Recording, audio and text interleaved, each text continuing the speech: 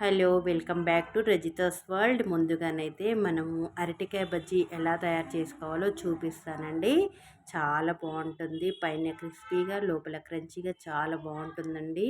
ఇవైతే రెండు నేను తీసుకున్నాను. ఫస్ట్ పీల్ చేసి పైన ఉన్న పొట్టు పీల్ చేసుకొని పక్కన పెట్టేసుకుందామండి.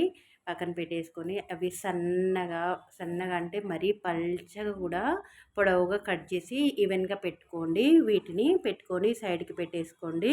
పెట్టేసుకున్న తర్వాత నేనైతే ఒక కప్పు శనగపిండి, ముప్పావు కప్పు బియ్యం పిండిని అయితే జల్లించుకున్నానండి. ఒక గిన్నెలోకి జల్లించుకొని మొత్తం జల్లించుకున్న తర్వాత శుభ్రంగా పక్కన పెట్టేసుకొని దానిలోకైతే నేను ముందుగా పసుపు, ఉప్పు, కారం, కొంచెం అంటే కొంచెమే ధనియాల పొడి వేసుకుంటున్నానండి.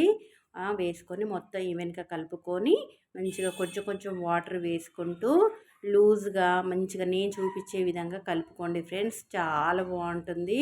తీసుకొని పక్కన పెట్టుకొని మరొక ప్లేట్ తీసుకొని పసుపు, ఉప్పు, కారం, ధనియాల పొడి కొంచెం యాడ్ చేసుకొని కొన్ని వాటర్ అంటే కొన్ని వేసుకొని మొత్తం కలుపుకోవాలండి. మసాలాకు మొత్తం కలిసేటట్టు కలుపుకొని ఉప్పు కారం కలిసే విధంగా కలుపుకొని మనం స్లైసెస్గా కట్ చేసుకున్న అరటికాయ ముక్కలను అయితే మంచిగా వాటికి పట్టించి పక్కన పెట్టుకోవాలి. ముందుగా ఒక స్టవ్ వెలిగించుకుందాం. దానిపైన ప్యాన్ పెట్టుకొని ఆయిల్ వేసుకుందామండి.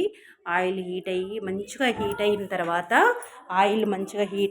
తర్వాత మనము ఇవి బజ్జీలను అయితే అరటికాయ ముక్కలని కొంచెం పిండిలో డిప్ చేసుకొని ఇలాగా వేసుకొని మంచిగా ఫ్రై అయ్యేలాగా చూసుకోవాలండి.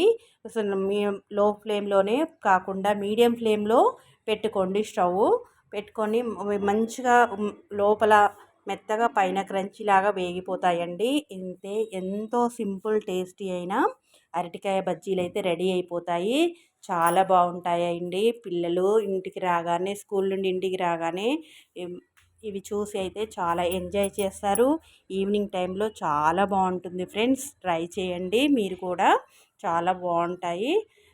ఎంతో టేస్టీ అయిన అరటికాయ బజ్జీ అయితే రెడీ అయిపోయిందండి. ఇంతేనండి.